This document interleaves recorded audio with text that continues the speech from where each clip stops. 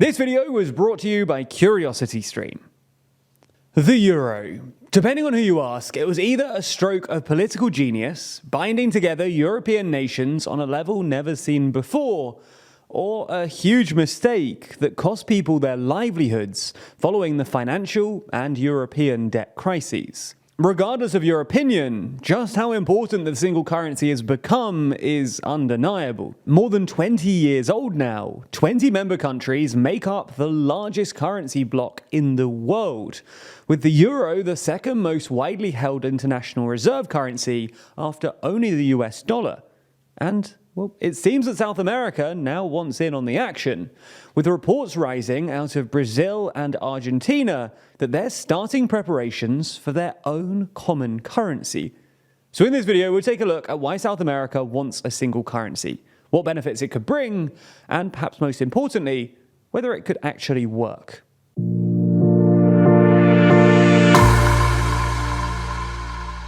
First things first then, what's actually on the table here? Well, according to a report in the Financial Times on Monday, Brazil and Argentina are set to discuss a new plan to develop a common currency. Initially, this would just be between the two nations, but eventually it would be offered up to other nations within Latin America. The currency, tentatively called the SUR, or South in Brazilian, would initially run parallel to, but not replace, their two existing currencies, the Brazilian real and the Argentine peso. This is where it significantly differs from the euro, which is a single currency, as these discussions are for a common currency likely pegged in value somewhere between the peso and the real. This crucially isn't the same as a single currency. A single currency is when countries adopt a shared currency and stop using their old ones, like the euro. But why would Brazil and Argentina even want a common currency in the first place? Well, in theory, a common currency does make some sense. Firstly, Argentinian and Brazilian businesses would no longer have to worry about commission when trading, i.e. the pesky fees that banks charge when you exchange currencies. Secondly, they'd be able to see and compare competitive prices more easily, giving them greater transparency when prices are listed in the common currency. Thirdly, it would also all but eliminate exchange rate uncertainty for businesses doing trade internationally. That's because at the moment, Brazilians and Argentinians usually convert their currencies into US dollar to do trade between themselves. And that makes things a little bit complicated because, well, the value of the peso or the real against the dollar could change while you're doing your trade. So having a common currency should give both sides greater confidence to trade and generally just foster economic integration. That's the theory, at least. In reality, whether a South American common currency could work is incredibly hard to say, because it really depends on what you mean by work. There's two major tests that a policy like this would have to pass. Obviously, there's economic tests, but it's also important to consider the political tests too. Let's start with the economics though, without getting too technical. The key here is that currency areas either need to be in a similar position economically, in which case a one-size-fits-all monetary policy makes sense, or they need a high degree of flexibility between countries, which allows them to deal with external shocks. Normally, governments around the world have two levers at their disposal when it comes to dealing with economic shocks. Fiscal policy, think taxation and government spending, and monetary policy, think interest rates, which are normally set by central banks. For instance, when last year's energy and inflation crisis hit, many central banks reached for the monetary policy lever and raised interest rates. But importantly, the extent to which they raised interest rates was tailored to the economic conditions of the relevant country. For example, in the last couple of months, both the European Central Bank and the Federal Reserve in the US have been raising interest rates to combat inflation.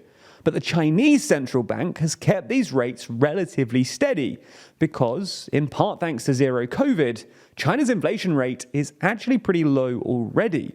However, countries signing up to a common currency often have to give up control over their monetary policy to a new central bank covering the entire common currency.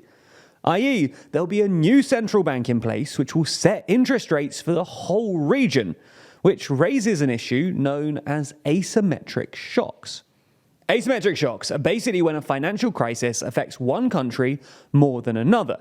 And this could definitely be a problem for Argentina and Brazil, because, well, the Brazilian economy has fared far better than the Argentine one in recent years. And to be honest, Argentina has had a long and troubled economic past, both recently and historically.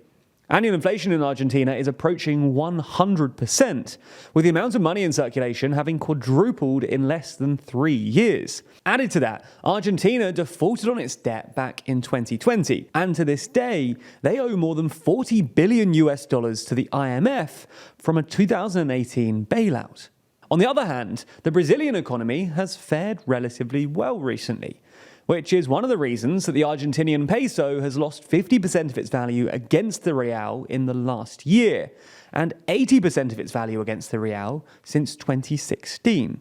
Now, there are a couple of potential solutions to this dilemma, but this is where the political problems come into play.